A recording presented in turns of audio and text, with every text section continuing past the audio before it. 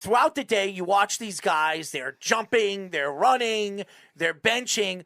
What stands out at these combines? I mean, these guys are wearing practically underwear, okay? And how could you honestly perceive a person to be a great player by just watching them run a route or watching them catch a ball or watching them, I guess bench press? What stands out when you watch these combines? I think if you are determining if this player is a good player by the combine, then you're doing it wrong, right? Like that's not what we're here to do. The NFL's inviting 300 of the top prospects already. So anyone that's there is probably in that draftable range or priority free agent as it is. So we're not talking about any bottom of the barrel players. I think what the combine does is two things. One is it gives you an apples to apples kind of presentation of these players. You get to see these receivers go back to back, running the same route, catching the same football. You get to see the quarterbacks throwing that same route, throwing that same football, same environment, same weather. We don't get to see that at the pro day. I get to compare a guy that threw at Brown, an Ivy League school, to Kenny Pickett throwing a Pitt, right? And they get to go back to back and throwing passes. I think that's always nice to see. It's not the be all end all, and the film's always going to trump everything, but it allows you to say, oh, that's not what I saw on film. Let me go back and watch it. Or no, that's what I saw. This kind of backs up what it is. Then when we look at times, when we look at just what's that 40 time, right? That's what everyone wants, or what's that bench press, etc. I think you can't take all that just on the surface. But there's some players today that ran a lot faster than I thought they played. So I'm going to go back and watch them and say, do they play a lot slower or did I miss something? I think that's a lot of what the combine is. And then when you combine all these numbers, one score that I use instead of just the times is the relative athletic score. What's the size of the player and how do they compare historically against other players of the combine in terms of their explosiveness, their agility, their speed? Take all those times and the size, which a lot of people leave out. If a guy's 170 pounds, he better be a lot faster than a guy that's 211. So we take all that into account and get a final score. And then I think you can start to see what that athleticism looks like. All right, Shane, let's get out of the way now. This great hand size debate. Where do you stand on it? Look, I think it's a little bit overblown. I think especially for Kenny Pickett himself, I understand that you want to have hands that are 9 inches or bigger, like Joe Burrow came in at 9. You're gripping a football. The NFL football is bigger than the college football. So you can't just say, well, they could do it in college. Well, it's a different football here. That being said, Kenny Pickett, his hand is unique. His thumb kind of juts out.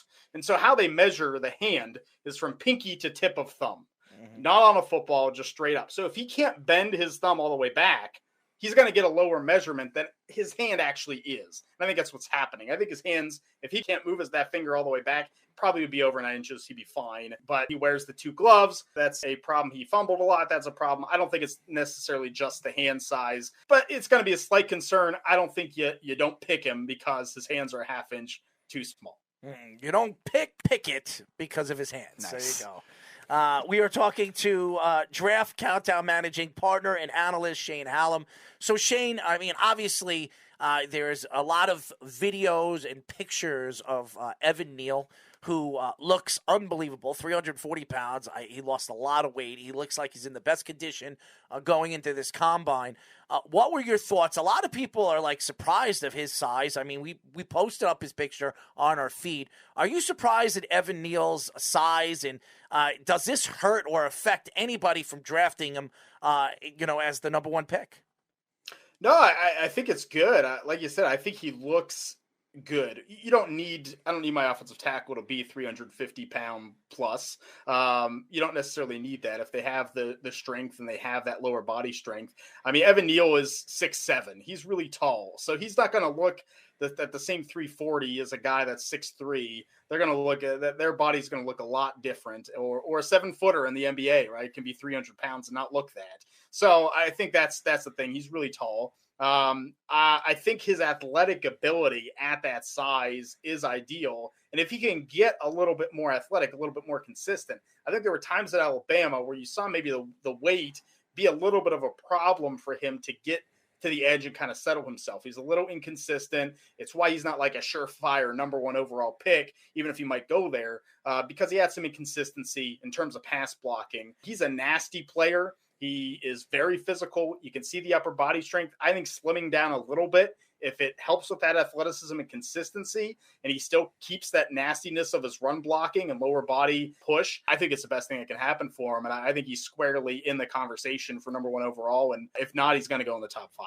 So these receivers projected as middle first-round picks and late first-round picks a lot of the time. A lot of them did well today. Is there any that stood out to you in terms of the 3 drills that they did today that could really help elevate them in terms of what they could be at the NFL level? I think the Ohio State receivers both coming in faster than a 4.4 in terms of the 40 time. Chris Olave and Garrett Wilson. I thought Olave in particular looked really good in the drills.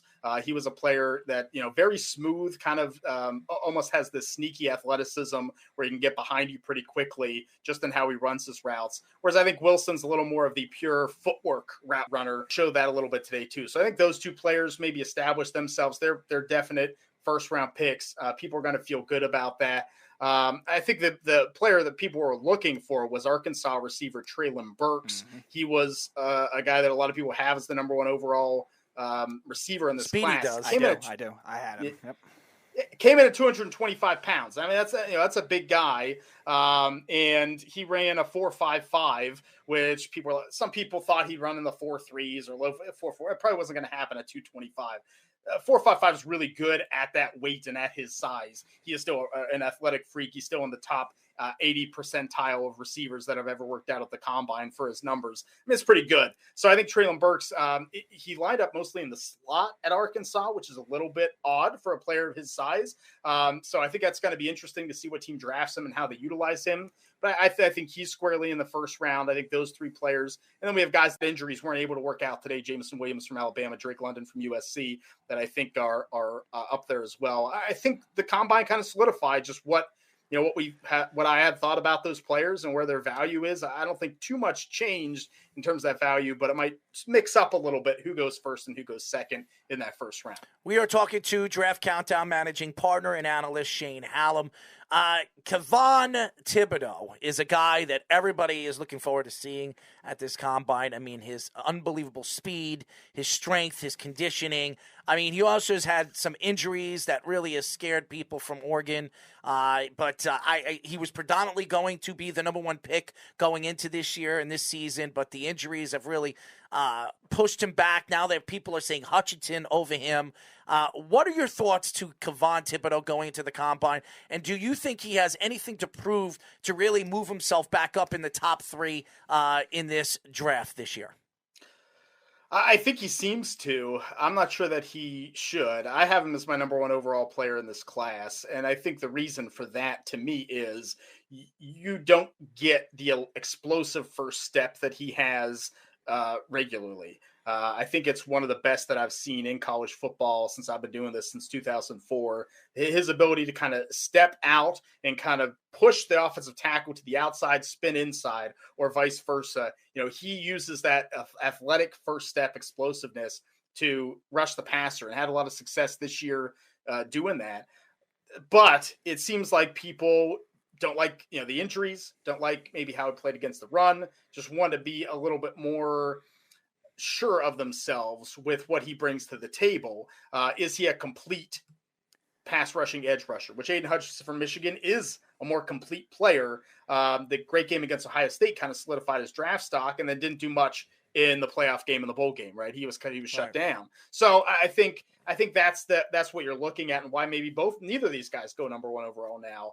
So I'm interested to see what Thibodeau does. Does he work out? Does he, do these drills at the very least and maybe show off some of that requisite athletic ability and put himself back in that conversation? I think if he ends up falling to the back half of the top 10, maybe further, I think he's going to be an absolute steal and we'll be, wondering in 5 years how did this happen when he was the number 1 guy from the time he got out of high school until the end when he just seemed to fall unexpectedly.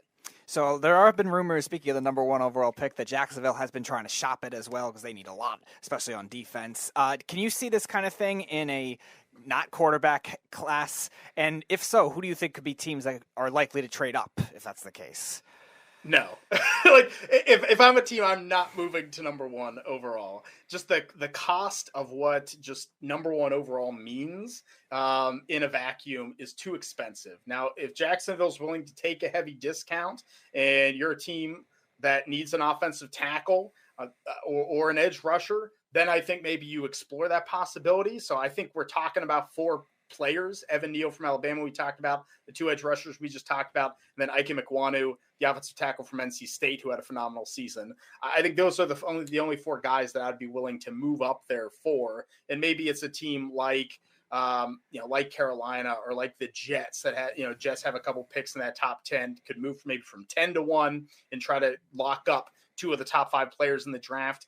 I just think it's doubtful. If Jacksonville wants what a number 1 overall pick typically would get, there's no reason to do that for a non-quarterback. We are talking to Draft Countdown managing partner and analyst Shane Hallam. Now, Shane, we talk about these offensive superstars this year. I mean, there are some good wide receivers. We just had Jeff on. He speaks very highly. There are 6 good wide receivers in this year's draft. But the running backs, and you could find running backs later in the rounds, the 2nd, 3rd, 4th, 5th, 6th rounds, maybe even the 7th, and they could become superstars in this league. Is there a particular running back mid-rounds that really stand out to you where they could be that superstar that you could just sneak attack and grab them in the 3rd or 4th round and become that power back that you expect them to be? It's a tough class for running backs because I like a lot of them, but to try to identify who that kind of superstar potential is, because I think we have kind of 3 at the top in Breece Hall from Iowa State. He's going to run tomorrow. We also have Isaiah Spiller from Texas A&M, Kenneth Walker from Michigan State. I think those guys are gone before that 3rd, 4th round that you're talking about. So I really like Tyler Allgeier, running back from BYU. He's a player that has that kind of big 220-pound frame, runs, really good. I think he's going to run a good 40 time. I have him at a 4.5. If that happens, if he's even in the 4.5s, then I think at his size, that's going to be really good. Now, he has some vision issues, really did well this past season after Zach Wilson left. They kind of relied on the run game. I think Allgeier is really intriguing. A late round pick that I like too is Damian Pierce out of Florida. Yeah. Had a good Senior Bowl too. He's another stocky kind of 5'8", 220. He runs like he wants to run right through you and run you over. I mean, he wants to get physical. I like those players. I think those are players that can excel at that level. And then my deep sleeper in this class is Pierre Strong, the running back out of South Dakota State, a small school player, 202 pounds, catches the ball really well. I really like his cutting ability. I think in a one-cut scheme and a zone blocking scheme, he could be kind of that sleeper that's a James Robinson type who comes in out of nowhere and really does well. So I think if you're looking running back, don't hesitate to wait till day 3, maybe pick 2 of them. I think we could get a couple Elijah Mitchell-esque, rises this season. Wow. From some of these running backs. So you brought up a lot of these lesser-known schools, these smaller schools, and I've seen a lot of mock drafts in the 1st round that have a lot of these smaller school guys, more than I usually see. The tackle Pennell or Trevor Pennell from Northern Iowa is getting up there. I've seen the linebacker Chad Muma from Wyoming in the mix. Christian Watson is one on Twitter that everybody seems to love for fantasy football more, but I've seen them as being a top receiver in this class. Do you think that could become more of a norm just based on the data that's now available, or do you still think it'll be competition based and like strength of the Power 5 conferences? I think the small school players are rising up in a lot of ways. I think we see the competition at the high-end FCS, and we're talking Northern Iowa in the Missouri Valley Conference. We talk North Dakota State, South Dakota State. I mean, there's good competition now at the high end of FCS level. Some of those teams are going to be moving up into the FBS pretty soon. But I think small school players, because now the film's out there, you can access it. People can see and watch these players. I think they're going to continue to be on the rise. I mean, I really like Trevor Penning from Northern Iowa. Christian Watson, I wrote an article in early January where I think his career trajectory will be similar to Cooper Kupp, where he gets drafted maybe 3rd round and has a year kind of getting acclimated and then just breaks out in like year 3.